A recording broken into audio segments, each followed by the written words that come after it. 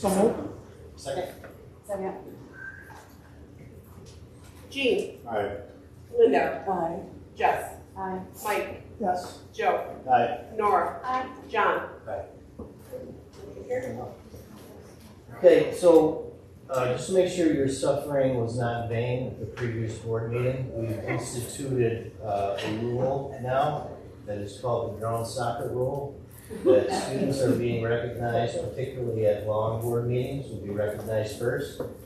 So without further ado, introduce. Yeah, so Mr. Heath is our drone soccer coach and also heads up our robotics program. So it's kind of worked out nice, even though we didn't get to congratulate you at the last meeting. But first and foremost, congratulations to the drone soccer students for winning the state championship. And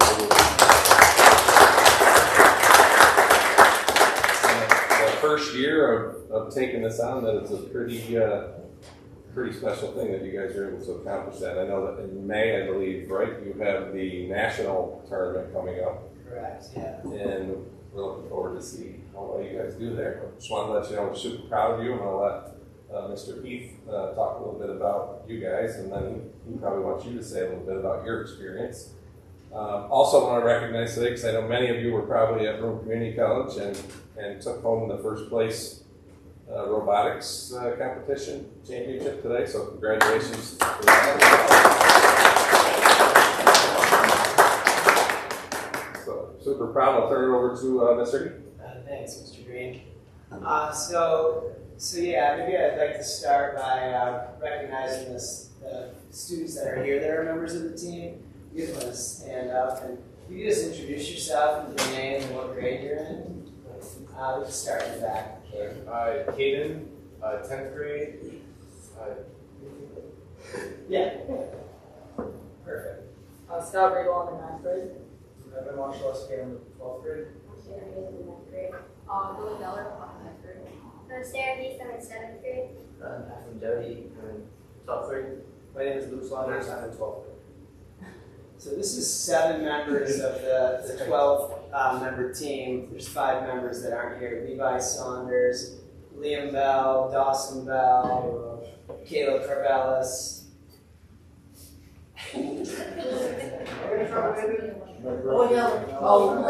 Landon Bogosini was a member of this at that state tournament as well. So yeah, thanks for having us. The drone soccer really, from my perspective, turned out to be just an amazing endeavor to undertake. We started this summer as a summer enrichment to see what it was all about. We had heard great things about it. It was a natural fit.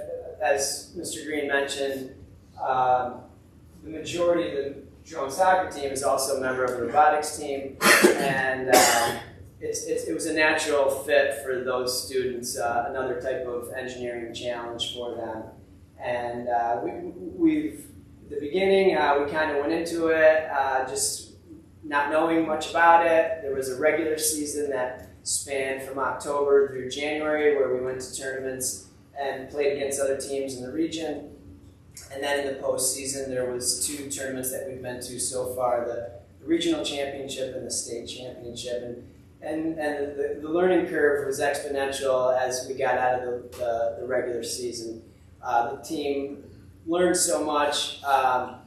My favorite part about it is that it checks so many boxes when you talk about, like, it's really kind of a tech sport, right? It's what they're doing is real world engineering, and each one of them has a specific role on the team. And we would not be standing here if it wasn't for those kids. I filled out the enrichment paperwork, but the kids that are before you are the ones who took the programming to the next level, the flying to the next level, the repairs and building. I'll let Lily share a story here about how exciting that last set at the state championships was when they won it. But really proud that they've they learned that, it's a lot about, they practice a ton. Anytime they have free time, in study halls or lunch, they're down there practicing.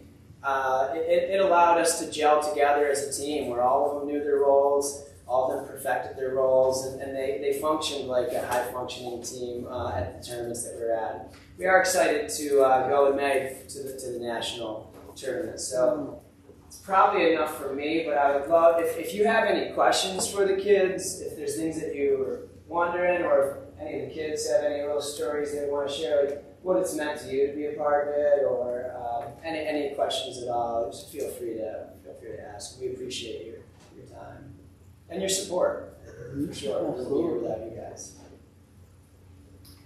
Lily, why don't you share that story real quick that I led up to? I think the story he's talking about is the last set. So in drone soccer, you play 3 sets. They're all 3 minutes each. And in the last set, it determines if you win or lose. So if you win the first set, the other team wins the second set, the third one's a tiebreaker.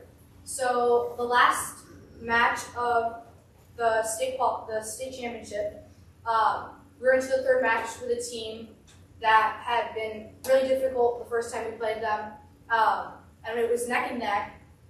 I'm a pit crew member, so I work with all of the drones in things that are breaking and things that don't work right. So I was waiting around for the match to end. When the match ended, one of our strikers, the one who scores all the points for our team, had a propeller broken. In between matches, you only have 5 minutes to make all of your repairs before they're on the table. So on the table, they have to be there in 5 minutes, or you can't put them in. The propeller and the motor were broken on that one. I didn't have a ton of time, so I got a very minimal amount of time to fix all of the motors and the propellers before the next match, and that's something that's super heart beating, where you're kind of like, if I don't get this done, they can't play. You have to have a backup, and you have to be ready. And that's where my role as a pit crew member made a difference, especially in a game match where I wasn't doing things on the sidelines that people don't really see, but it was something that was going to determine whether that drone was going to be in that match or not. And to tell you, she had to disassemble the whole drone, take the motor off, put a new motor on, reassemble everything. And as she was handing it to our strikers, when the referee was ready to set them in the cage, they didn't have a chance to test it. Fingers crossed, it was the striker drone that ended up winning it for him. And it really kind of solidified what she just said, is that no matter what the role, whether it's the person scoring the goals, the defenders defending the goal, the mechanics that are repairing them, they all have a role that plays into the success of the team, which is pretty awesome. Yeah. Any questions for him, or you guys? I have a comment that my daughter came home after you guys won the state. I'd never seen her so excited. She's not even on the team, and she was jumping up and down. Like, how they won states? They won states. So she was very, very excited for all of you.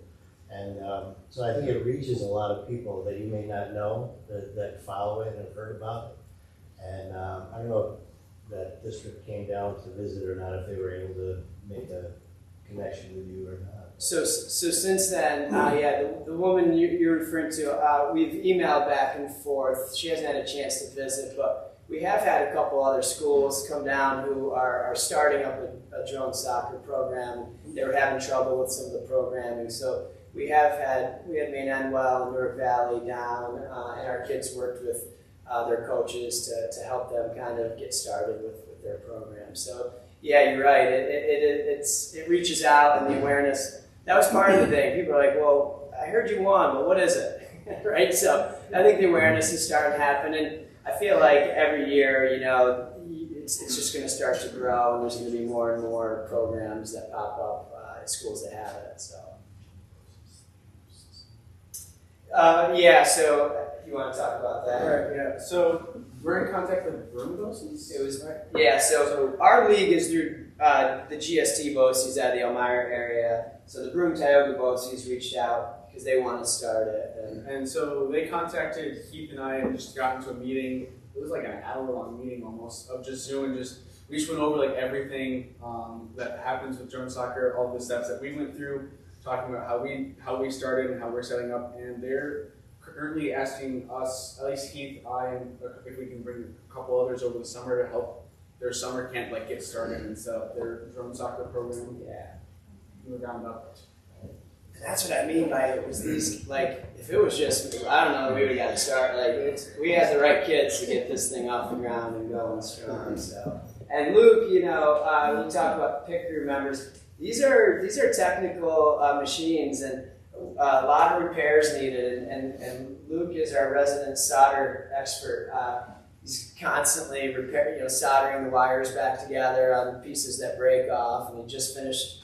We're currently practicing earlier to prep for the May 2nd competition, and you know, so just so many distinct skill sets that these kids bring to making this team function. Just to mention the board meeting I went to yesterday after Tiger Postings, they mentioned that. And Max Sheehan is so excited about visiting with you guys and getting this up and running in the summer. So they spoke very highly of your team. Awesome. Of course, I was just being them because you're our River Hawks. Well, we appreciate you guys. I know, as you guys may not realize it now, right? Yes, we won states, that's great, but to really bring something forward from a blank sheet of paper to start it off, this will be probably one of the most rewarding things you're able to do. Absolutely. So, we're very proud of you. Yeah. Thank you. Thanks a lot. So, as far as the team goes, what has been astounding is how this team has gone from just a couple people that were interested in flying drones to winning states, which is still crazy to me. Because at the beginning of the season, we were just like, oh, you know, we could totally go and win states. And then we ended up winning states. And now we're shooting for nationals. So that's absolutely crazy to me. And what I love most about this sport is that this sport allows people to use their different technical knowledges for this sport. So like me, I'm a 3D printer, and I like 3D printing stuff.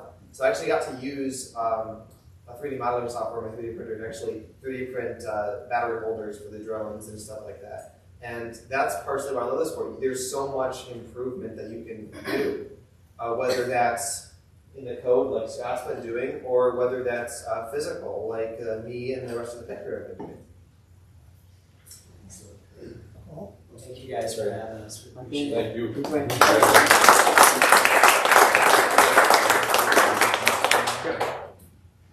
Music folks, would you like to go now? That way you're not further down in the agenda. Sure. All right.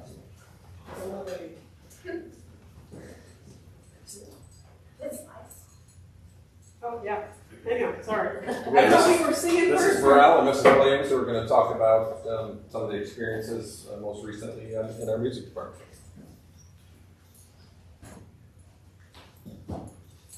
Hi everyone, thanks for having us. We were asked to come and celebrate some of the recent things that have happened just in the month of March, essentially, and to the beginning of April. So we are going to speak a little bit about NISMA Solar Festival, which just happened this past weekend, our All-County Festival, and our music trip. So we had 150 NISMA events. We had students participating from grades 3, that's really awesome, all the way up through seniors in grade 12. We had wonderful scores and a great weekend at Johnson City. 21 A's, lots of outstandings, excellence, and some students even go just for comments from judges, which means that they can learn any song in the manual and perform it for the judge. They don't have to do what's in this NISMA manual. They could just go and perform. You see that we had nice equal representation from choral folks and band folks, and we had actually update 20 perfect scores in chorus and bands, grades 3 through 12. There was a third grade clarinet player who got a perfect score, right? Wasn't there that third grade clarinet player, I think? And then we had also in high school, for the first time in a really long time, one of our juniors, Lily Lefevre, did an all-state audition, and she received a perfect score too, a 100 on that.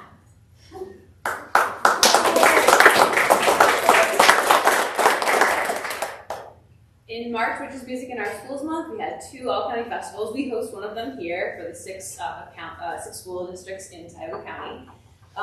We had a whole bunch. We have 21 students participating in the elementary chorus, 18 in the junior high chorus, and 22 in the high school chorus. And we had 13 elementary band members, 10 junior high, 15 high school, and 9 in the jazz band, for a total of 108 music students participating in our all-county festivals in March.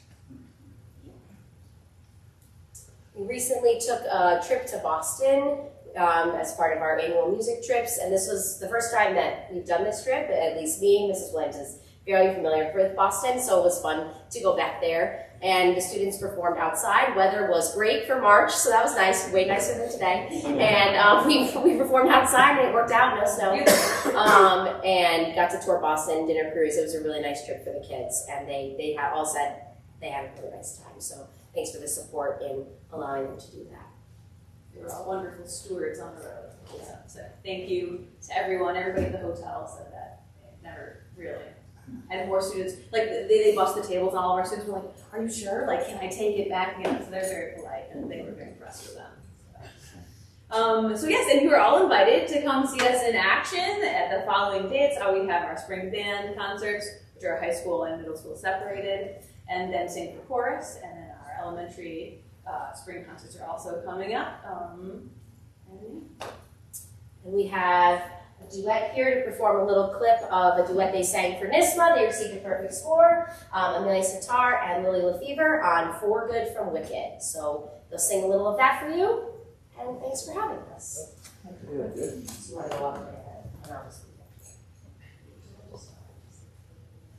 Fine. It's fine.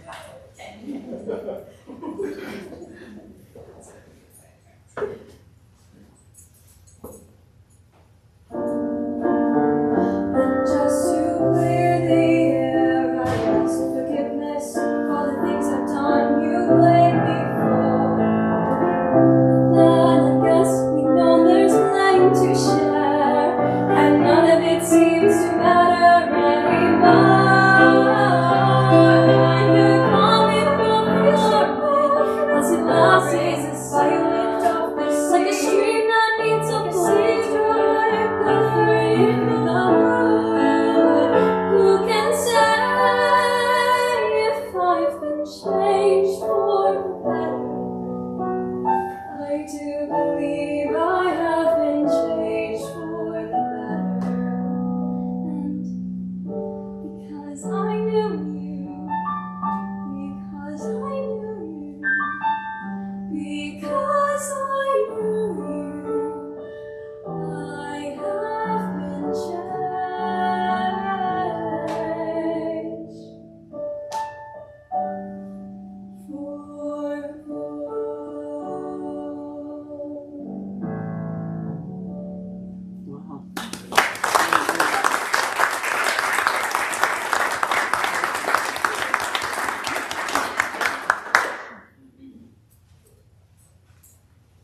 So thank you so much to our music department. I know you've got a busy couple of months. It seems like there's almost something going on just about every night of the week, which is exciting. And congratulations to the young ladies. This probably isn't the easiest place to sing in here with all these brick walls, and but you sounded incredible. I don't think it doesn't matter where you sing. So congratulations on your accomplishment.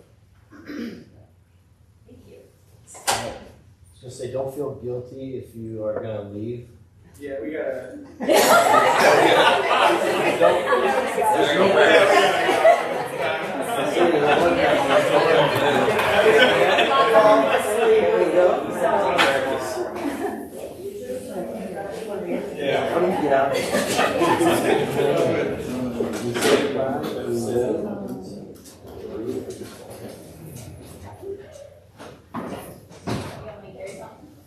No, you got it. Thank you. Great job.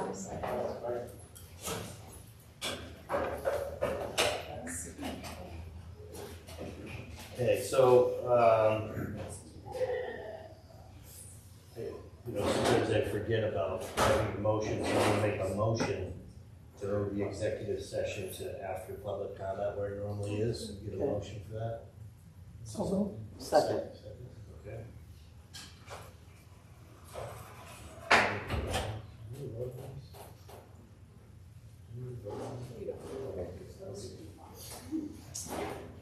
Approval of the minutes, 4.1 through 4.3. Motion. Second.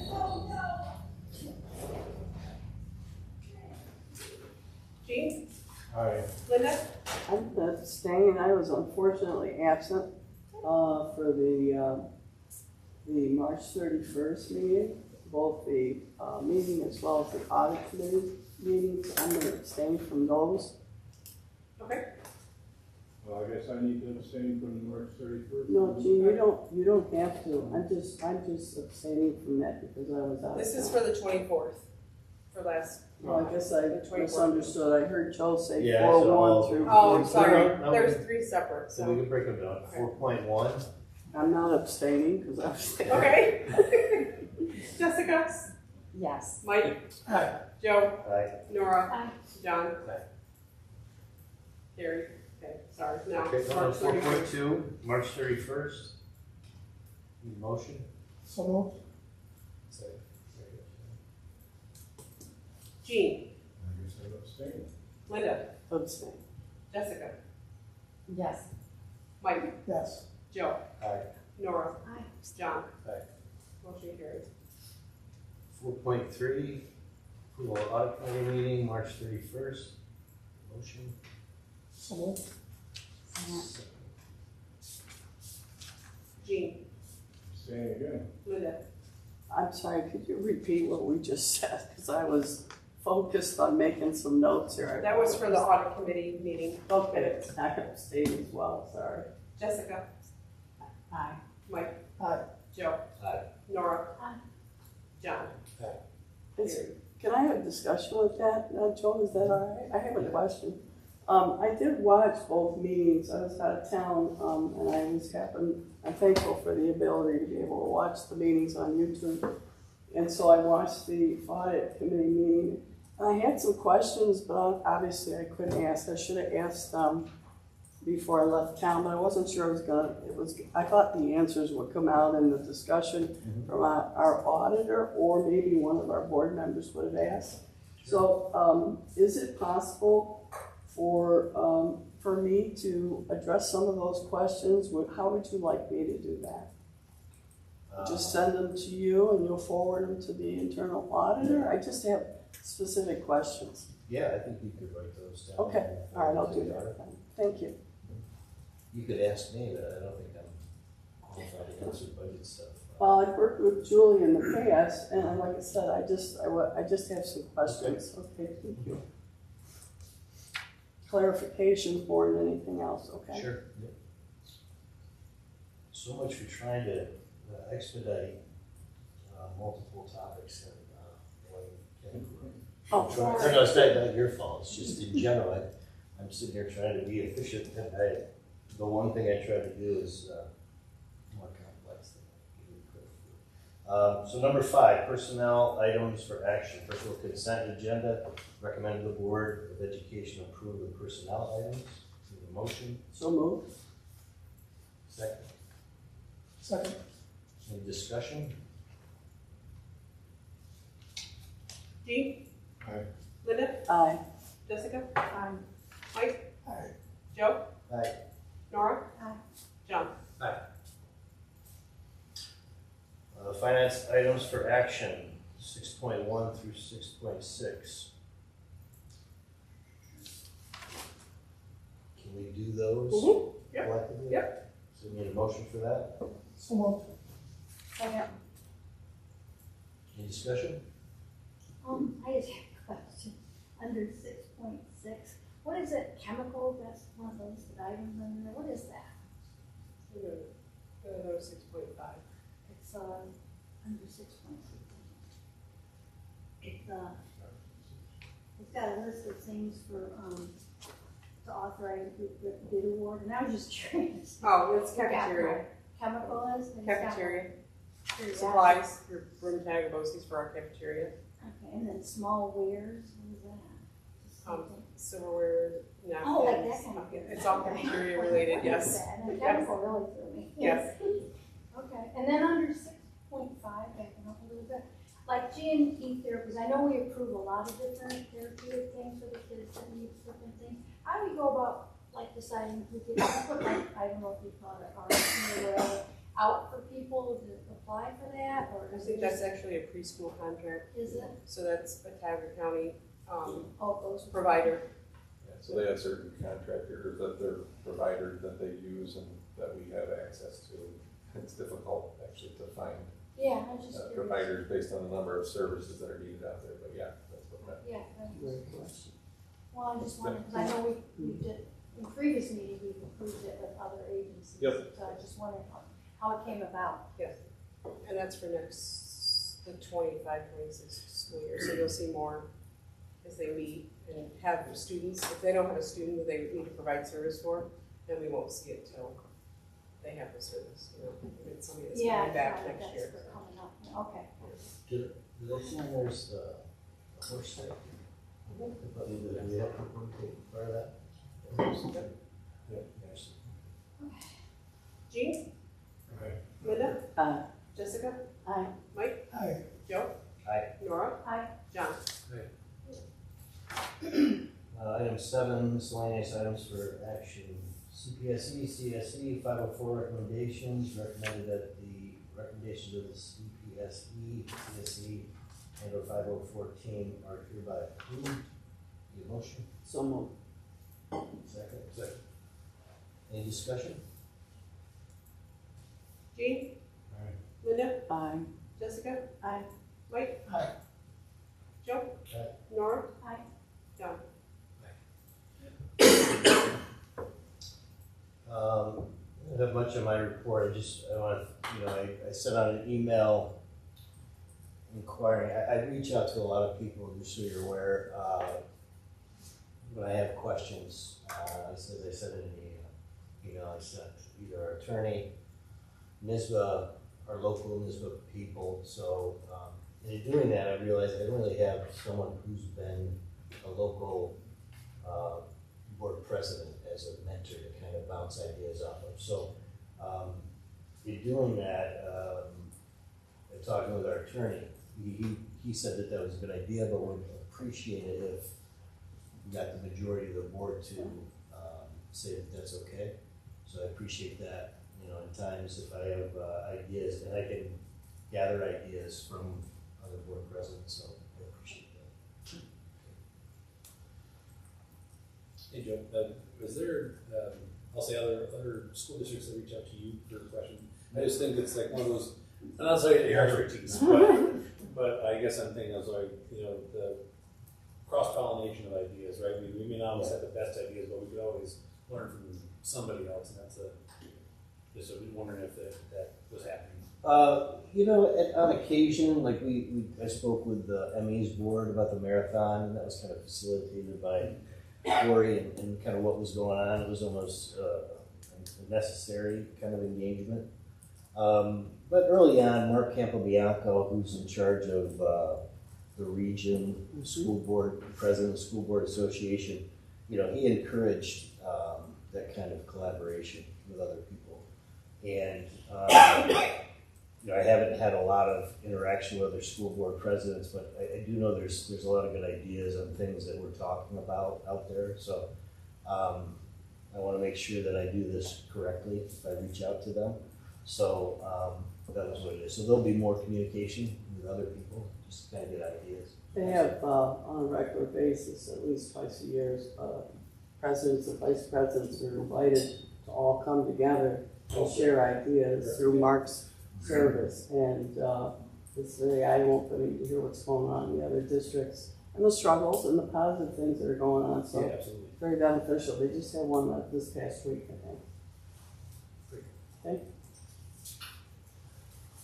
Okay. Board committee report. We're just, the policy committee is approving the 3 policies. 1530 is dealing, adds vaping to the prohibited substances on campus. 1740 provides some parameters for students that are in public schools within the district. And then 1800 is accepting gifts. Those are, I think, before now, I did that. Right, for the board. So need a motion? We're not there. We're down under district business. All right. So, You have me tricked. well, so we can go to superintendent highlights. Okay, awesome. Thank you so much. I will slide down and have Mr. Christensen from Camco, who's going to give us a capital project update now that our bids are in and contractors have been selected through the bid process. We will have a little better idea of timeline of when we can get rolling here for this summer. Sure. I'm sorry, you know what? You're going to have to wait 30 minutes. Just glad I found the music. We know you can't sing. Yeah. I don't want Jolene to have to wait until that. Yeah. No, Jolene. So Jolene had come to Phil and asked about an international trip. And I think it's been a long time since our students have been involved in an international trip. And there's some agencies out there now that they're really amping up these trips. I know that there's one now that you have the ability to BOCES co-servable, so from a cost standpoint, you have the opportunity to get some aid back in the process of this. So she had already kind of had this in the works. I kind of pointed them in the direction with somebody they can connect with. But I'm just going to turn it over to her, talk about what she's thinking, and I think later on she'll probably come back with more of a formal idea or process, but just kind of wanted to run it by you guys to see if you were okay with it. Well, hopefully I had a packet for everybody that was shared out in the Let's Talk app, so everyone had access to this document here. And it just goes over the company. I'm going to go for Explorica. They were the first ones that kind of reached out to me. I was at a NISADA conference, and I filled out the little form to get the free gift or whatever like that, and then they kept bothering me with the emails. And at that point, I had two little ones. They were too tiny for me to leave. But they emailed me maybe 3 months ago, and I was like, yeah, sure, I can do something in 2027. So when I was in high school here, way back in the day, Tim Finnessy took us to Paris when I was in 10th grade, and that trip changed my life. And so when they reached out to me and I thought about where we want to go, I had to go back to Paris, of course, obviously. But there was tons of different options that they included on there. You didn't have to just go to one location, you go to many. So I was working with the representative from there, and we decided to go to Paris and to Rome. And it would be March 26th through April 2nd, 2027. So it would be during our spring break. We would leave on Good Friday and come back the following Friday. And yeah, we have a whole itinerary planned, going to a bunch of different art museums, checking out the Colosseum, the Sistine Chapel, all those fun things. And I've already been kind of hinting at with these students and handing some things out, and they're so excited. My juniors and seniors they're really mad at me right now because they can't go. They want to chaperone. I was like, no, I'm sorry. So yes, that's in the works now. We're planning on getting kids and getting parents out for an information night, and with your blessing, we can go forward with that and get it in the works. We did lots of fundraising. All the way back in time, I'm going back for a few years, but Jeff Hunt, who was Mrs. Hunt's son, was one of my biology students, and we went to Belize. We went to Montauk as well and did marine studies, but they were far removed from what we do here, even though we do some great things here. And it was life-changing for him. He became a marine ornithologist, and he's just not, there's many students that have been exposed to these opportunities and life-changing. So I totally understand Mr. Finnessy well, and that's a wonderful, wonderful idea. Good luck to organizing that. Is this the same company that does like Windsor and Shenango Valley locally? That's through, I think they do EF tours. So it's the same type of company. They do the same thing. This is which one? Explorica. Explorica. Yeah. Oh, nice. So it's all fundraising basically for the students. Yeah. So the students will be they'll be in charge of paying their fee towards it. If any parents want to go, because I've already had some parents reach out to me saying they want to go with their kids, they can also go. It's a little bit more because with the rooming, like they have to make sure that they have separate rooms or anything. But everything's included on the trip. All your expenses, as far as your traveling, going, the buses, the airfare, all that. Your meals are covered. All the itinerary, every place we're going to is all covered. The only things that the kids would have to worry about is getting their passport. I'm responsible for that. Getting to and from the airport, which we're going to leave out of Syracuse, and then also if they want to buy any souvenirs, things like that. But everything else is covered underneath the fee, the one fee that they would have. Yeah, I mean, we had an enrichment program that took our students to Montauk, but that was through Broome Tiger BOCES, and that was for like maybe 4 or 5 summers, it was during the summer, whereas our trips where we tried to do them during the Easter break.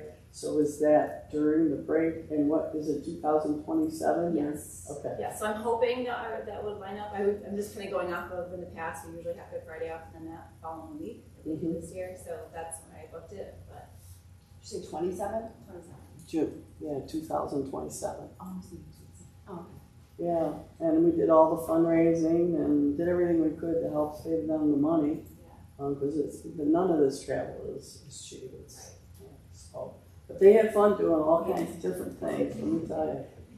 So, is there a max amount of students, faculty, parents that can go, or? So that was up to, when I was working with the representative, she said that was up to me. Like, I know some districts take 40 kids, and being my first time, I was not ready to do that. So I'm actually limiting at 15 students, just as my first run to see how this goes, how this works. It'll be myself and another chaperone that will be covered, and then any other parents that want to come, they can pay their own way. But yeah, we're starting small. Yeah. Should you have more than 15 kids that are interested and can commit to the fundraising or financial aspect? Are there qualifications? I mean, how will you? It's just it. So they have it set up that once they reach the maximum amount, then the link will be shut off. First come, first served. Yeah. So there's a deposit. Yes. Yeah, $50 deposit, and then they can sign up for like all at once they can pay, or they can pay over a monthly basis. They're even through this company. They have like each student will have their own website where they can do like a GoFundMe, so they can send it out to relatives all over the world and get money towards it. this is just specifically, are we Appalachian students? Yes, and I'm being selfish. I'm going to take my son this time. Okay. And are you looking at 9 through 12? Are you looking at 7 through 12? What are you looking at for age group that you'd like to take?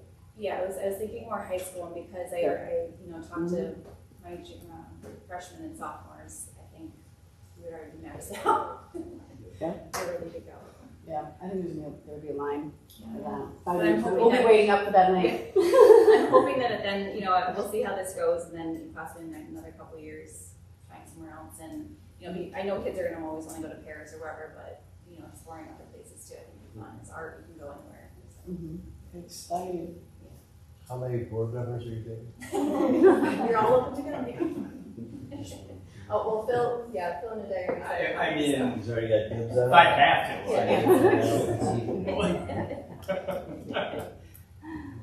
Wonderful idea. What was the time frame you were looking at again? March 26th through April 2nd. This Friday. About a year out.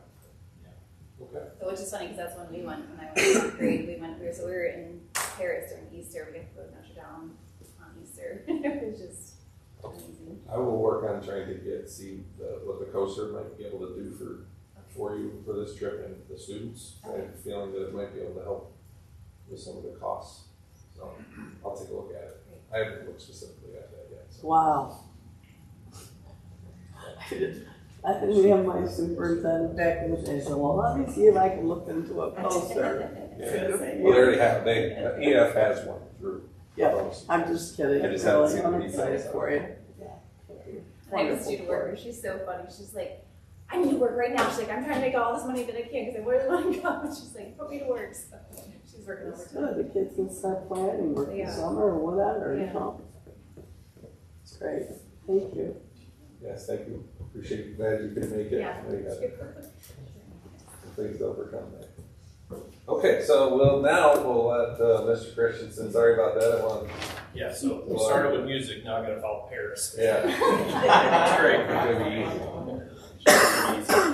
I'm just going to give you a quick rundown. Not really take a whole lot of your time tonight, but it has been. You were in busy April, as we like to say. You're one of the. Just about every district, I think, in Broome Tioga BOCES is doing some type of construction right now.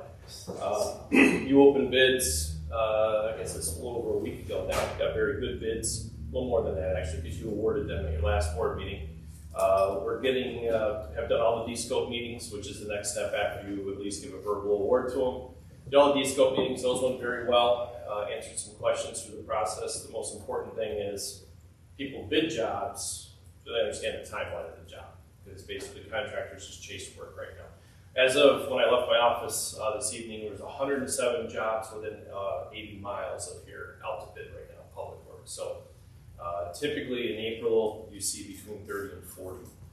So obviously anything that's going on politically or anything else in this country is not affecting public construction that's going on, at least in this state. We're even seeing an uptick in Pennsylvania, which does not have an aid structure like New York State has. There's actually a moratorium in Pennsylvania on school construction. So it is extremely busy. So we were very pleased with the bids that you got. You were well within budget. The de-scopings went very well. Sat through most of those. You will see, or actually Dr. Green will see 8 different contracts. So just to be clear here, you bid 2 different, you actually bid 4 different projects in that bid. The $10.5 million referendum, which will wrap up this summer. So that's your gym project, which was a standalone project you might remember from last year. That one, along with your pool work, is all going to finish out the $10.5 million referendum. Then about $2.5 million, it's going to be closer to about $2.8 million of those bids will be awarded against your $28.5 million, which is your LGI and the music suite. So that's what that's going to look like. So there's actually 8 separate contracts, and the reason we do that is that we want to close out the $10.5 million on time, which is in December, where some of the other work might linger into the winter time, past the December deadline. So we want to make sure you're driving aid on the 26, 27 budget year on that $10.5 million. So working on the cash flow right now on our end, and simultaneously now you have another bid out. That is a much larger bid. I don't want to publicly say any numbers, but it's much larger. It's all of your roofs. There's some more mechanical, and a whole lot of mechanical work, 29 units to be exact. That bid walkthrough is on Monday that we'll conduct with contractors. There's a lot of interest in that. That is a 2-year job. It'll start, I would say, somewhere in August-ish. Hopefully some roof work before that. But you're really looking at an August start. We won't complete that until probably November of 26. I could see it lingering a little bit longer than that. We worked with fiscal advisors to set up your financing on that you don't really have to close out by that December on that portion of it. So then the balance of the project, which will still be a large number, that will go into design in May. So we don't want to really get the architect too far down the road as far as design until we have all the budget and all the bid numbers back on this large portion. And then from there, we'll reprioritize, of course, and go back through everything. And then that project, we don't really need submitted until sometime around November of 26. So 25. This 25. next set of bids is April 30th at 10 a.m. Yep, April 30th at 10 a.m. The walkthrough is on Monday. Yep, on Monday. We have 14 contractors signed up for the walkthrough. We'll see who comes. There's a lot of bid openings from there till now, so if some contractors win some larger bids, it may not show up, but as of right now, there's a lot of interest in it. It's a large job. Most importantly, it's not even though it's a large bid, it's not a large amount of work getting done this year. So they're all starting to project out their 26 work right now. The most important thing and the reason to bid right now is we're starting to see units creep back to COVID-type timelines. And what I mean by that is the R2, the rooftop units. We were waiting, when we worked on the AES job, we had units that were 17 and 18 months out. We're starting to see, last summer we saw 4 to 6 months on bigger units, and we were seeing weeks on smaller units. We're now starting to see that kind of flip. So we're still seeing 3 and 4 month wait times to get to even the smaller RTU units right now. And then of course the controls that actually manage the system, that's really up in the air right now as far as the lead time on that. A lot of those parts come from China. So I mean, that's a big piece of it. So any questions with that? That's the big part of it. Regarding timeline, when do you foresee the gym being completed? Yep, so the gym will start as soon as school is out. You can't really go in there until after school is out. The steps to that first will be the demo of the floor, and then there's a lot of painting that goes on in there. There is some roof work, but if we can get to the roof work right away, we will. If not, we'll push that towards the end of the summer. All the loops are being replaced. There's a door being removed. All of that will start, though, as soon as school is out. We need to hit somewhere around August 1st for the gym floor to go back in. That has about 3 weeks to be put down and sealed and painted and all of that. Well, what we don't want to do, we could do the floor first. We don't want to drive all over the brand new floor to put new basketball hoops on. That just, it'll work, but it's not a pain. they're going to be fighting with each other, the contractors. There's a question on that. So we think back to originally in the fall, that was pushed back to account for volleyball, right? But that was going to be done while school was in session, right? So why do we have to wait until school's out? Like, because what I envision now is whatever may happen, that could push right back into. So originally, the scope of the work that's in that actual package is just the floor. Now you have a scope of work, which is the hoops, the door removal, all the painting, all of that. So when we were going to do it last year, we were going to do the floor first. We went and do the floor, which was going to bleed into late August, early part of September, was basically what we were looking at. Now you have the opportunities, it's summertime. So the goal is obviously if anybody gets held up, we'll get the floor back in so they can play. But in the perfect world, we'd like to get the floor out, the hoops back in, all the painting done. For mainly cost reasons, honestly. I mean, the most expensive thing is having to protect everything that's in there, the bleachers and everything they paint. The painting we weren't going to do last year. We basically were going to hold off on that and then tent everything this year with the roof. So the roof and the painting last year we had removed out of that pricing. We're still going to do in terms of the contractors for this, if we could find wiggle room to move that up a couple of weeks or whatnot. Yeah, I mean, that's what they're saying right now. Okay. I mean, until they do a submittal, and we know the lead time on the floor, which is going to be 6 weeks. Okay. The lead time on the floor, that's what we're hearing all over the place, is 6 weeks. Okay. Yeah, where we were last year is we had it in a warehouse ready to go. That was the difference. So I think we've talked about some making adjustments towards the end of the year so we can maybe get in a little bit earlier and get started. Yeah, anything that we can do as far as, with the contractor's not fully under contract yet, there's a whole lot of what ifs conversations that we're having right now. They're anxious to start. If they had their way, they'd start right now. So we'll work through that as soon as we get the submittals in, get the architect to approve the submittals that's going in there, then the floor can be ordered. Once it's ordered, then we can start talking about timelines and things like that. And we're okay regions-wise, right? Last year we're moving, made some adjustments. And I talked with Mike Daly, we're moving regions out of the gyms completely. The only thing we have to account for, I think Mike was on the phone with him recently, is if graduation becomes obviously inclement weather, graduation typically moves into the gym, but we'll be done on the 20th. We're technically not done the following week, but we can start in the gym the following week too. Even though school is technically still in session, the week of the 23rd, I believe it is, June 23rd. So even though we're wrapping up some Regents exams that would be away from the gym, it wouldn't affect it, so they could even start as early as that time too. Yeah, the substantial completion on the gym is actually set for August 15th.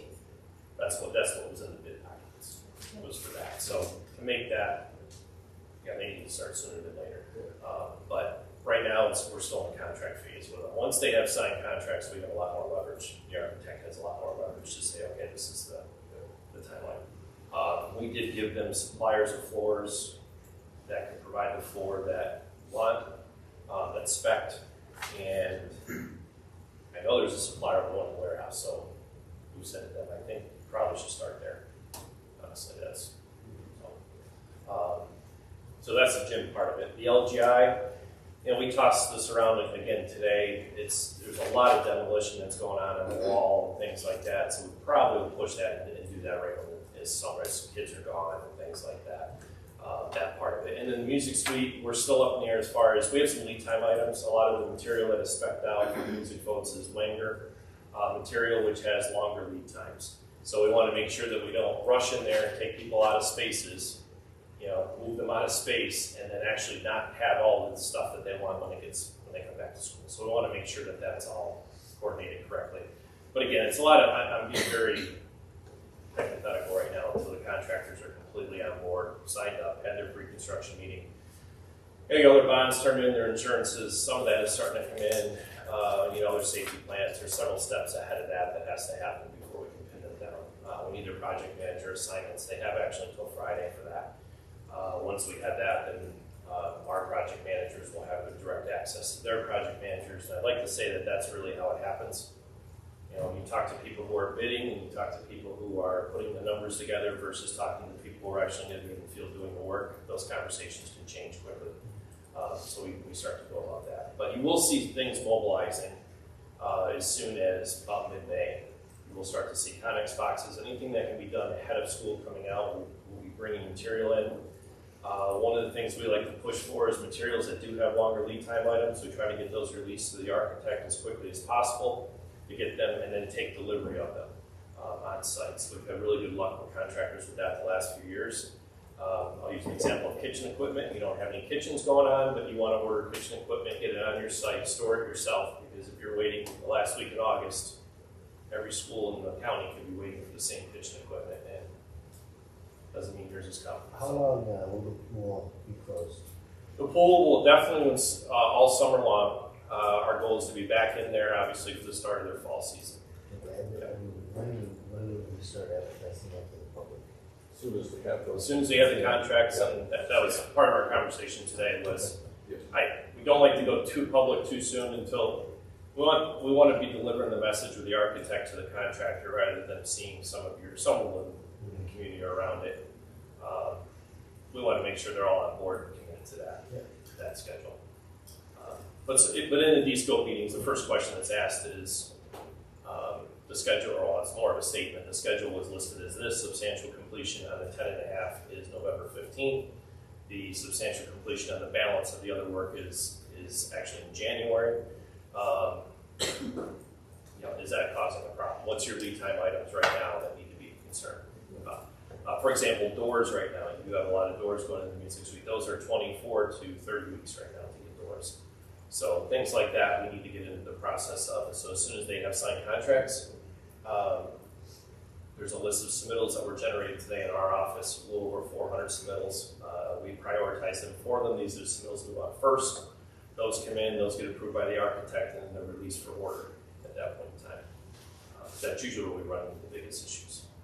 There's a whole submittal process that I don't want to bore you with, but they have to, every single piece of material that goes in the building has to be approved by the architect and the engineers before they can order it. And so there's a lot of paperwork, and so we don't need drywall to be blended in with gym hoops and slow down the hoops being ordered versus drywall. That's drywall.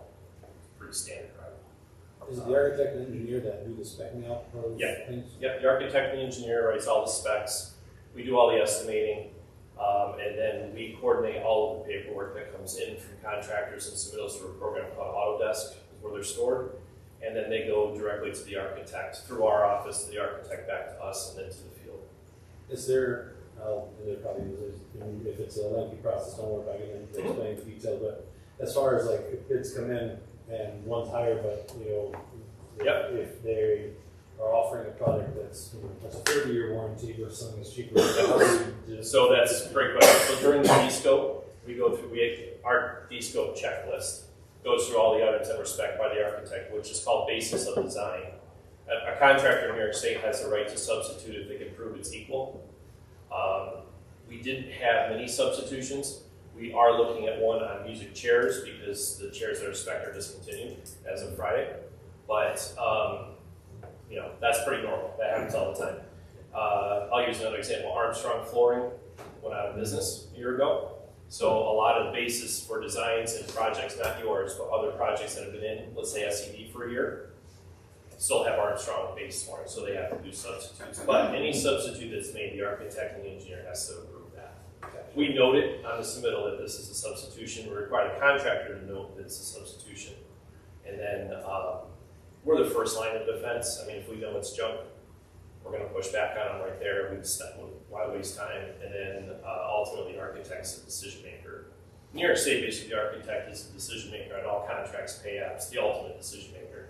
Quality control, they have to make the final determination, things like that. But yeah, it's a good question. Yeah, the work you have right now, I don't see many substitutions for specs. We were very specific on the Wanger products. There are comparables out there, but we noted in the bid documents that the district really wasn't that interested. Your staff was not all that interested in some of the knockoff versions of Wanger. And there is a difference. I don't care what they say about being comparable. They're different. They're different. Bleachers will be one that we may see a bunch of different variety. They might spec something slightly different. bleachers are pretty consistent. They're bleachers. As long as you get the school color right. That's right. Yeah, I had a nightmare yesterday on that one. Yep. Got a contractor ordered the wrong color for a different day. Green and yellow. So we have green yellow checkerboards going in. Yeah. All right, so when we get some more of this information, we'll certainly give everybody. Yeah, I can certainly come back to that. The only other thing you have going on is you have an emergency project going on with your bus lift. I'm kind of calling that phases. The first part of the work has been done. It's been installed. It's in a 28-day cure time that's required for concrete. So in that period of time, we'll be installing the electric. We're going to work with the contractor that won the bid, was the low bid on your electrical portion, to get that installed here. We're hoping next week. He was willing to do that today, so we'll get the electrical installed, then we'll have the the mechanical contractor go hook up the airline. That'll be ready, and I talked to their project manager this morning. So they'll be back on site right around May 1. May 1s are 28 days, so they're going to schedule them there. So I'm optimistic by, we'll say mid-May to be conservative, that'll be back up and running. We can close that out. Then the process for that is, the architect will need to submit to SED. Emergency project slightly different. You may recall or don't recall. Once you declare a local emergency, you can move forward with the project. So the project will be well completed before the submission ever goes in. Doesn't impact anybody in the process, but I did remind them we need to get some drawings together with us out there. They will take some time. I want to make sure we have plenty of time. We want to make sure we get the December closeout for that.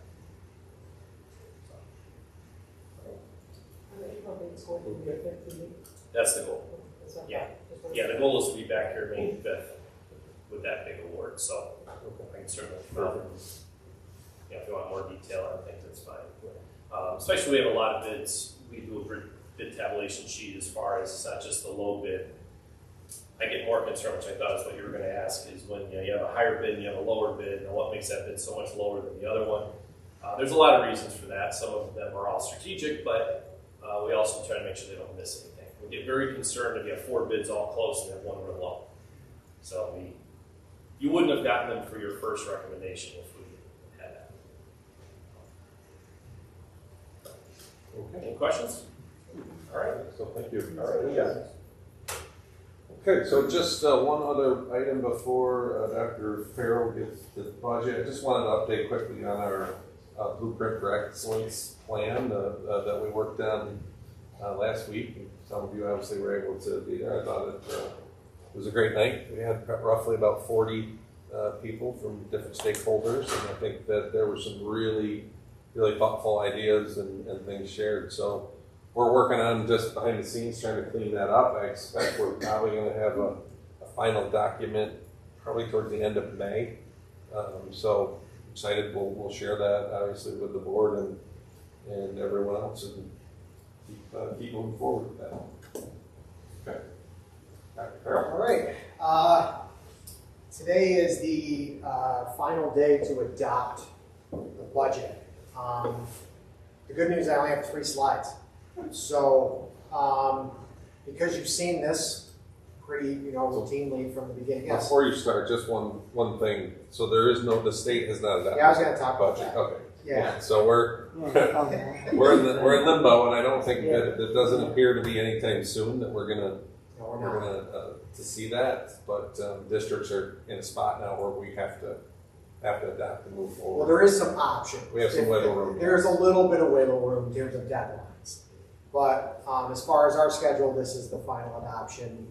Nothing has changed. And it's a 59.7 change budget.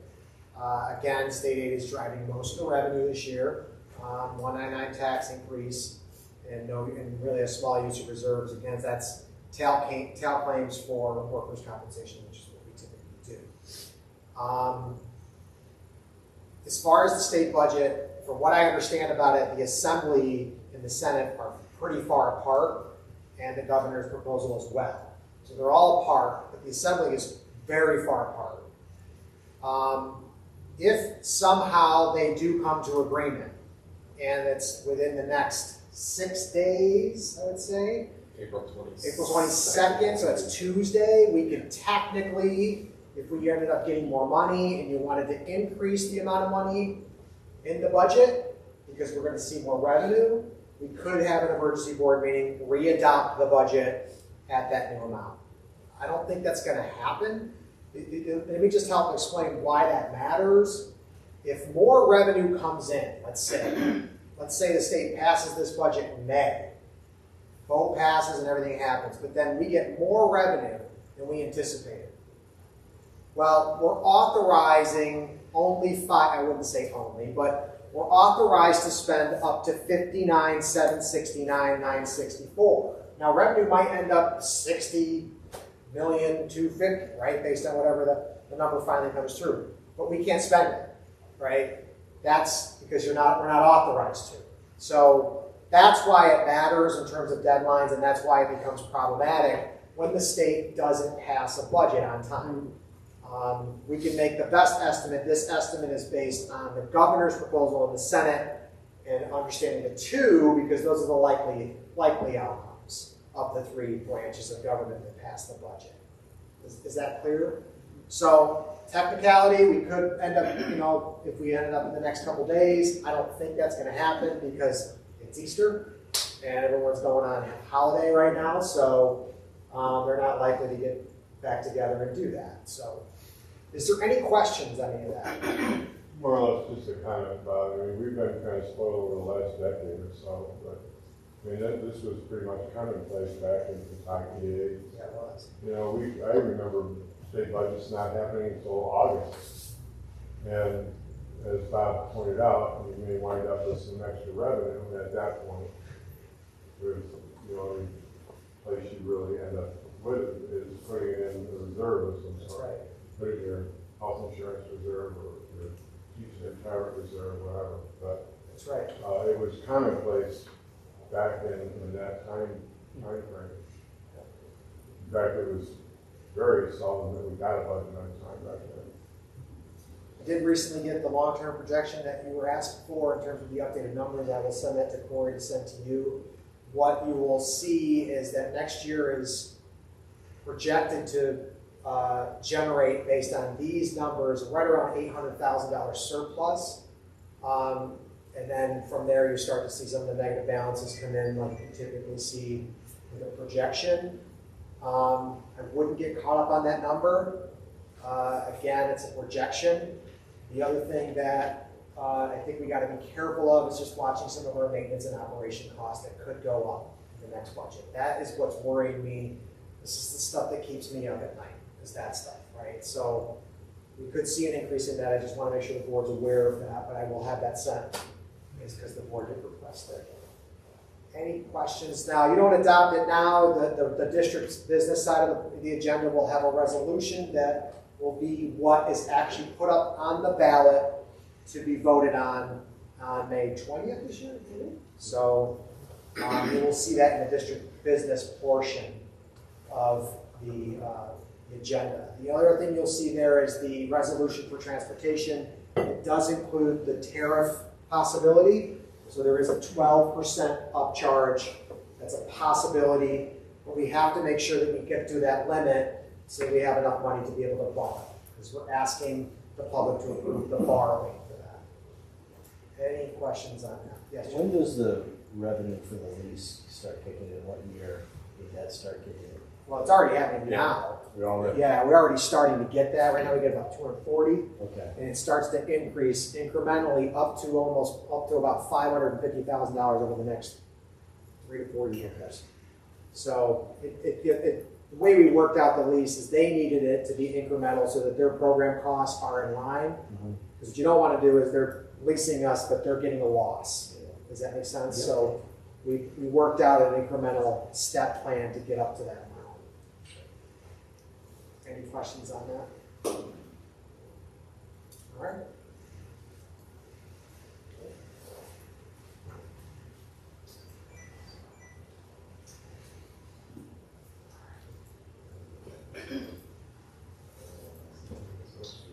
Okay, on to district business.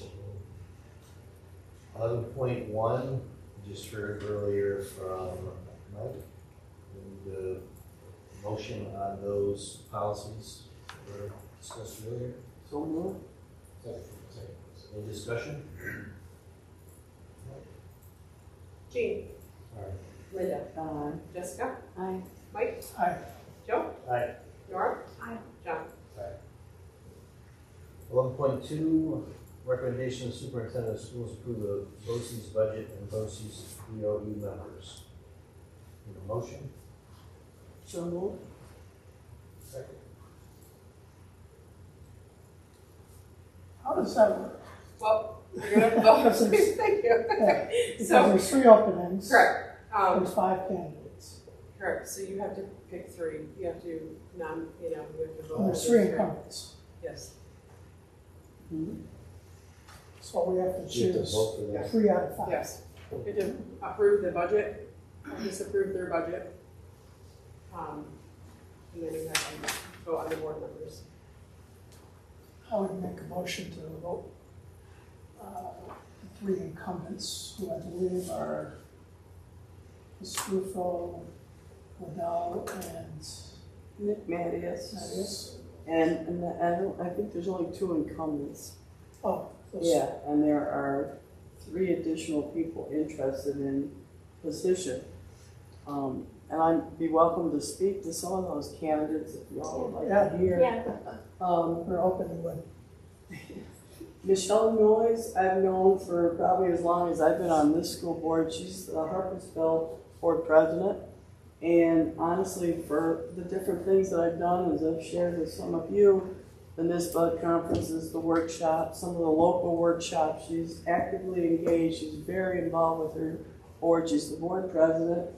The other individual is Christine Windall from Whitney Point. She works for SUNY Cortland. She's involved with teaching, with the student teaching program.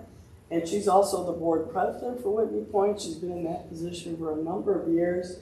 She's also now our School Boards Association local president, working with Mark and giving those individuals in those leadership capacities extra help whenever they need it. The only other individual that's up for election that's interested in this position is a woman from Maine Enwell, and I honestly can't speak to her because I've never met her before.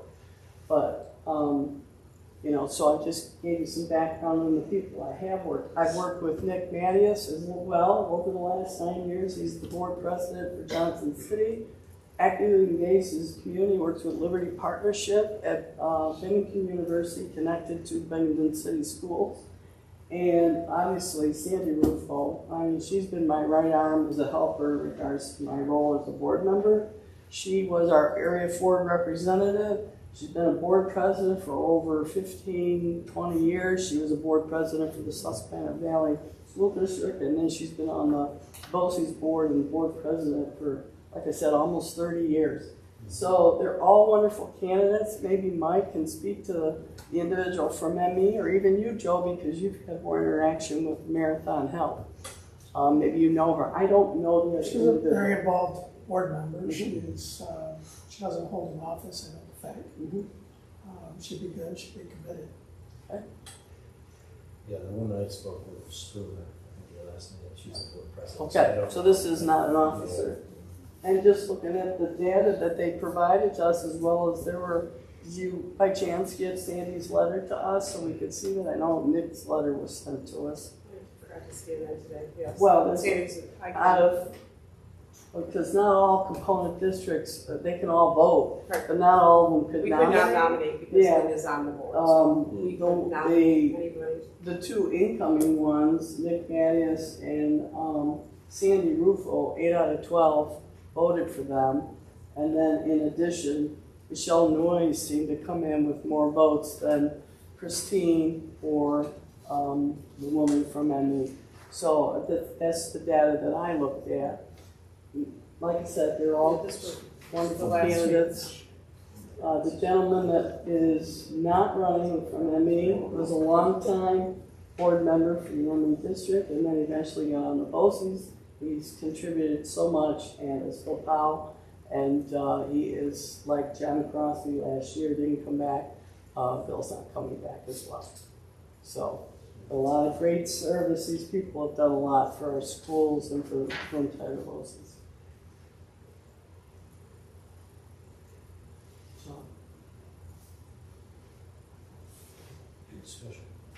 I made a motion for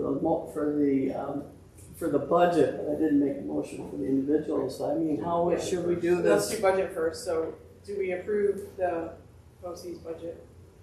We haven't gone through. I don't know if everybody's second. I think we're waiting a second. Yeah, we're waiting. Yes, Second. correct, you are. Second. Okay. Discussion? On the budget? If you get a chance to get up to BOCES and see what capital projects they're involved with, as Bill said earlier, there's a lot of good things cooking up there in regards to their own maintenance building, the heavy duty equipment building, and they're going to be tearing down one of the buildings that's in front of the BOCES. I mean, they are very busy with their capital project that was approved last year. So they're just expanding, they're rearranging all the departments. So like where we thought Pales was gonna be is gonna be in a different spot. Where the ag's gonna be, that's in a new spot. Their maintenance building's gonna be hopefully 21st century version like what we have here. Yeah, I think they're bringing all the adult ed stuff up on the campus as well. I believe that's LPN program, right. They have cosmetology, and they have one other one that's like randomly scattered around the Triple Cities. One's in UE's old administrative building. Big building right next to the high school. So I think they're gathering their adult ed programs, bringing them up on campus with this great idea. A lot of stuff around.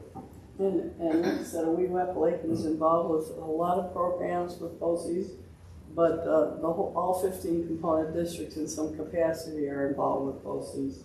And we have a wonderful resource in our backyard, and I love to learn more about BOCES in the past year than I had my whole 40 years of education, so it's been a good experience. It's a great resource for our kids. We're very blessed.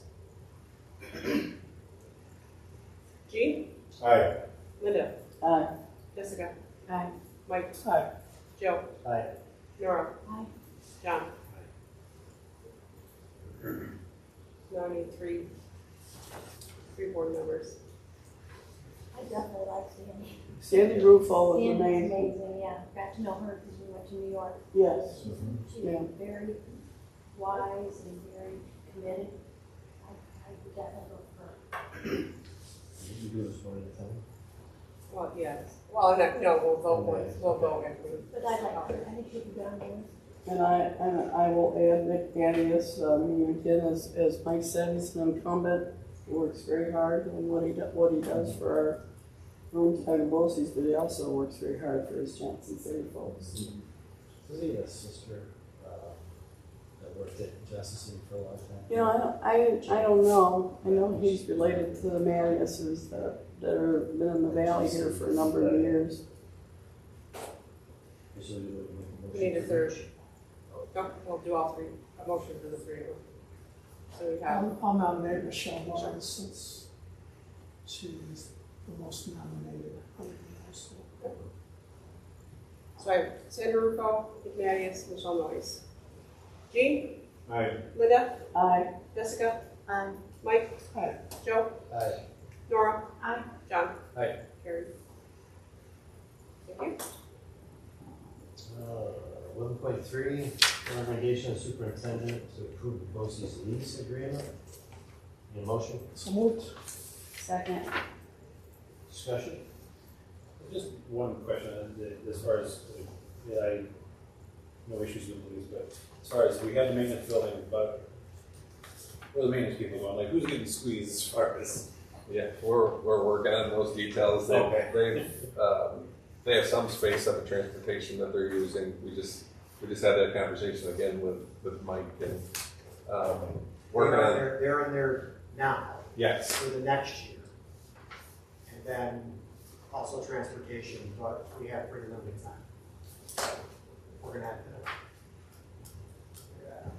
Gotcha. Yeah, we have plenty of space. It's just a matter of shifting some things around. What's the electrical down there, the electrical program? Yeah, that's all electrical. The hero programs down there, winter circles, science, building trades. Yeah. They're very excited at Fruit Tiger BOCES for the opportunity to be able to use this beautiful facility here. just really are, and there's waiting lists on all the programs that I'm aware of for them to get into here as well as at OACSD. So it's exciting for all of us.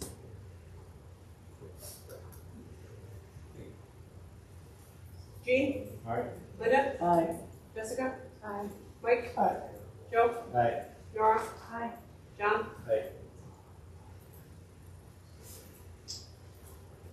7.4, recommendation of superintendent of schools, the budget, education approved budget of 5.9, or 59,769,000 to be placed on the 520 ballot.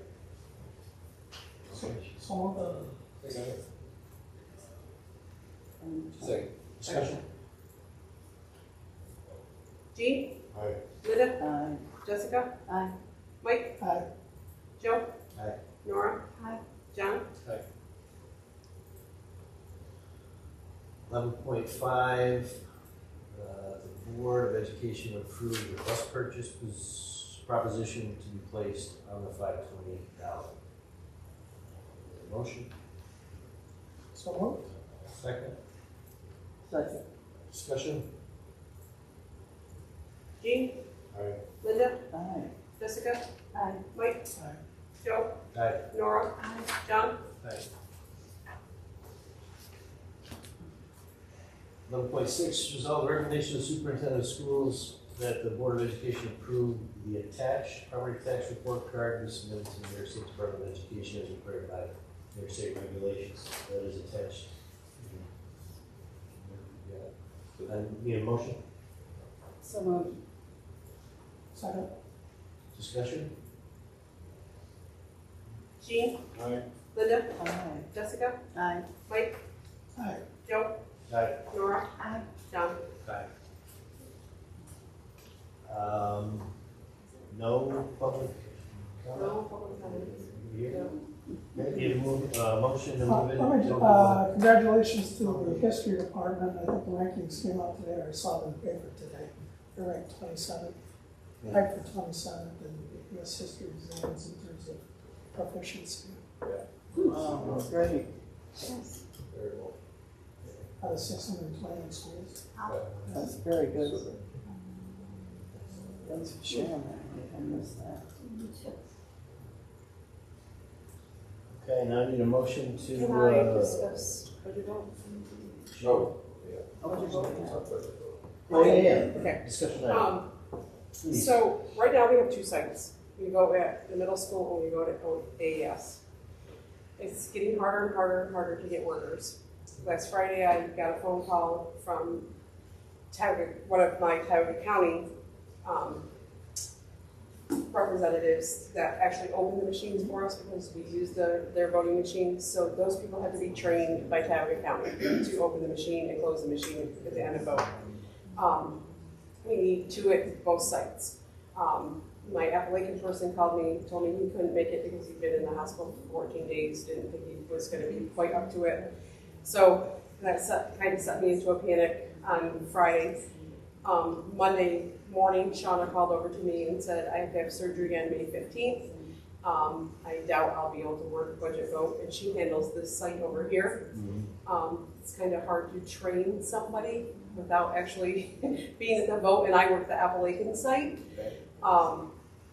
I'd like to consolidate to one site, being this boardroom, as our budget vote. It would cut down on workers. It would cut down on cost. We would have to get that notification out, in our budget newsletter and as soon as possible. I looked at the cost right now, which really I'm kind of just putting out there because it doesn't matter. We have to do it, so the cost is. But to have the two sites, I have 7 people at this site and 6 people at my site, plus the 2 Tioga County trained people at each site. So between that, the cost, the machines, and it's about $4,500 to have 2 sites. So that would decrease the cost. I would still go with 4 machines, so there was not a backlog, but 2 people could set up those machines and have them running, and then set up the other 2 machines and shut down the machines. So we wouldn't need 4 county workers. We'd only need 2. We'd only need probably half the amount of cable workers to sign people in this building, and only one site supervisor as well. So it was here, and where was the other side? Appalachian Elementary. So you're saying by doing it here, then By doing it here, no disruption in the building? correct, and that's my second, which actually, I didn't know which one to start with, the people or the safety. Over at the middle school, they're in the lobby, which there's no barrier. Appalachian Elementary, we're in the cafeteria. There are doors that do lock to get to the hallway. It has a separate outside entrance. I don't get any, I know there's always a concert. None of those concert goers come to vote. So the only thing they do is walk back through the gym after the concert's over. So we don't know if they're voting or if they're just, milling around. So bring it to one site, which this building, obviously there's no students in. I think UB went to a one site location a few years back due to safety issues. Here, they could come in this door, we flow them throughout that door. The downstairs is all locked. They wouldn't be able to get anywhere else in the building, so they'd be in and out. I would have separate parking here for them, make everybody else in this building park elsewhere that day. I think the biggest issue that I think of right now is the Appalachian people. You know about how many voters I do. in comparison to the age? Typical.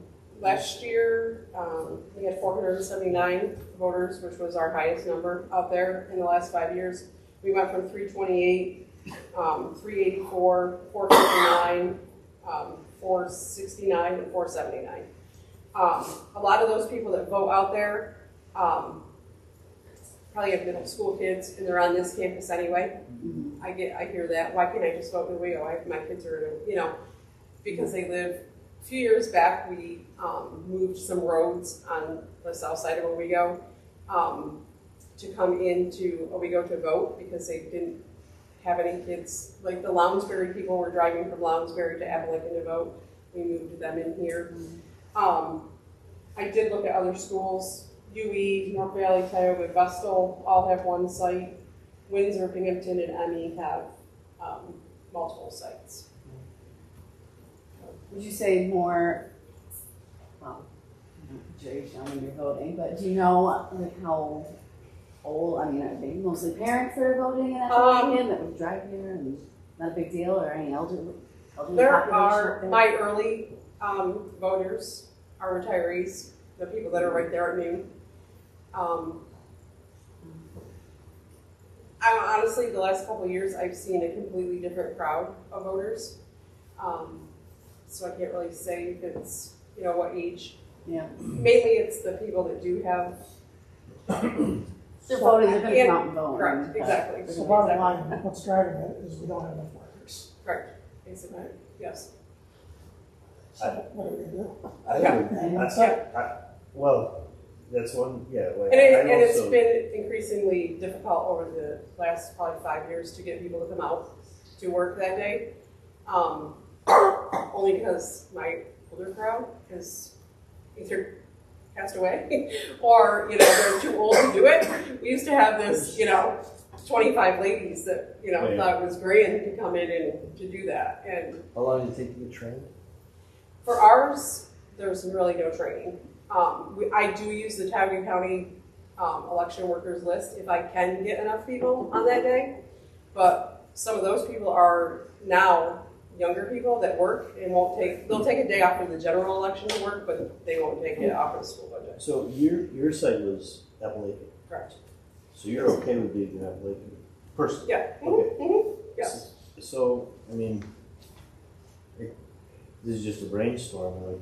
Is there a way to just let people know and say, we may have to move to one site because we don't have enough workers? Is anybody willing, either in Appalachian or Owego, to get trained so we don't have to have one site? And see, maybe people will be like, yeah, I can do it. Because I worry about, it's going to be Appalachian has always kind of been felt left out, I think, in certain things. And I think if we went to here, that would just be another one of those That's oversight always of the that. answer we've been given, you know, because I pushed for this before, and I don't really, I want to say there's workers that work there that could vote, they don't come in and vote, you know, that I think that I could maybe do a survey after this vote to see, you know, what grade level are your kids in? Are your kids in K through 5 at that building? Is that where, or do you have kids over here that you're already got to run to this campus for? Right. Theoretically, you're looking for workers here, right? Not in Appalachia. Both. But it's a struggle to get. Right. It's a struggle to get 20 people to work. I think you're saying without Shauna. Without Shauna, I don't know what else I'm going to do here for a supervisor. Yeah. I realize it's a dilemma, Mark, so I certainly feel for where you're trying to go, but Joe pointed out, Appalachian already is not, you know, that supportive to begin with. And I was behind a lady a bit when we changed those addresses that you talked about a few years back. I was standing there and she was super angry because she didn't realize she went to Appalachian and she found out she had to come out here instead. And I'll just never forget how angry she got over that. That was just one person. And she made a comment, I'll make sure I vote no when I get to vote. You know. No, we did that to try to make it easier on people because people driving, you know, you're driving from Nichols or Lounsbury to Appalachian and you don't even have any kids in school. You know, people. Well, I got one of those right next door to me. He votes no all the time. But anyway, I'm just thinking, you know, we don't know. We've been up 0% for the past 3 years. 2 years. Prior to that. And now we're going out at almost 2%. And if we don't know how close the vote might be, and you know, it just might be a swinger. You know, I don't know how long it would take to train somebody to do it, but I'm not sure. Well, that's once you do it, that's kind of I can't really train somebody without like it actually being the day of to, you know, say this is what you need to do. Is there any way the county can help? I can reach out to them. I mean, they provide me with the list of workers, they might be able to help out. I mean, I think we ought to just at least look at it, because once you do it, correct, you know, I agree. It's going to be hard to undo it. And I'm just saying, I'm the only Appalachian board member, and still, and you know, I hear a lot of things that, you know, I've told Corey about, you know, that they already, you know, it's real. They already feel like they're, you know, second-class citizens. Right. Yeah. That goes back to. Goes back to the 70s. So, merger, I think. So the question is, Yeah. if we're keeping 2 sites, do you want to consider this as? I think that's a good idea. That's a great idea. Absolutely. I just think that it's, you're shutting on thin ice to shut down Appalachia. I agree with that.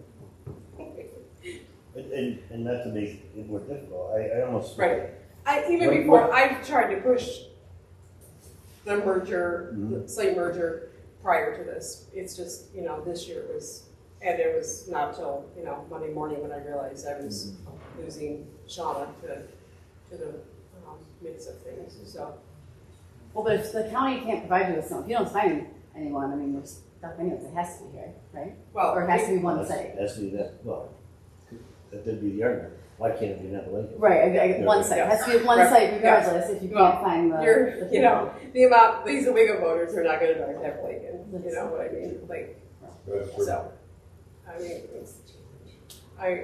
What time is the? It is noon to 8. And I thought if it was new to this site, I would make it 11 to 8, give them an extra hour. I do hate the fact that they're in that lobby over there, and there's, you know, the kids are going through and. It's a no-brainer. Right. Yeah, I think that's a good idea. Yeah. So. Maybe it'll be ran so smoothly and nice that everyone will want to come here. Offer refreshments. Most, you know, most of them I think are, if they are one site, it is at the DO. So. Yeah. You know, and I get, you know, like, I don't know where you know, I mean, North Valley's a pretty big district, spread out, you know, for Berkshire. I realize they only have one school, but they have elementary schools that are, you know, you know, so. Well, yeah. So what would you like from us? For us to make one site here. One site. One site here. Well, One I mean, I really think that we need to, in a way to help you, obviously, but also to, you know, I would say bare minimum, just alternate it. I mean, that might be a better than we're just gonna do it here, 1 year in Adelaide, 1 year in back. Oh, I think that would drive people crazy. Well, yeah. Because we already have we're already split to 2 districts. Mhm. So, you know, people will come in to pick up their kids, why can't I vote here? Oh, you live in Appalachian, you gotta go vote up at Appalachian, or vice versa. You know, like, you're that new Lounsbury person that now votes here. They get confused about the District 1 and 2. Right. You know, if you added that to mix into, you know, flip-flopping, well, which year do I go where, which, you know. Well, when do we need to know by?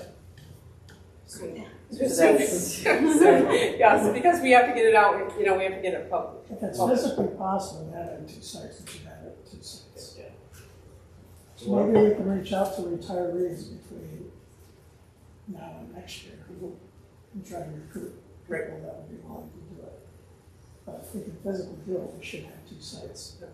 If you're saying that we don't have enough workers, we don't have enough workers. Right. Right. And I can pretty much get the machine workers, because those are the Tioga County, definitely trained people. The table workers, it's just signing them in, you know, do you live here? Where's your, you know, things like that. That's pretty, we've tried to use students before, that hasn't been consistent. It's kind of, you know, they weren't grasping the whole, you know, this isn't social time. Maybe we can do some public relations, see if we can get some people that might be interested in doing that. But definitely move the middle school site to this. Yeah. So if we find people who said they'll do it, can they call you? Yes. Mm-hmm. Yep. And if you come up with any names, like send it That's to what I me, said. and I will reach out. Like Rotary Club people, that's what they try to do, Kiwanis. Kiwanis, yeah, they're Yeah. for the Yep. kids. Yep. Kiwanis, You know. Projects. Yep. Yeah, well, I mean, Exactly. can we each, And it's, you know, like, and I say you don't have to, you know, I can have you between 12 and 2, or, you know, 4 to 6, or you don't have to plan the whole day, so. Right. can we all take it upon ourselves to see if we can't reach out to Yeah. either organizations or people we know that might be interested, let them know.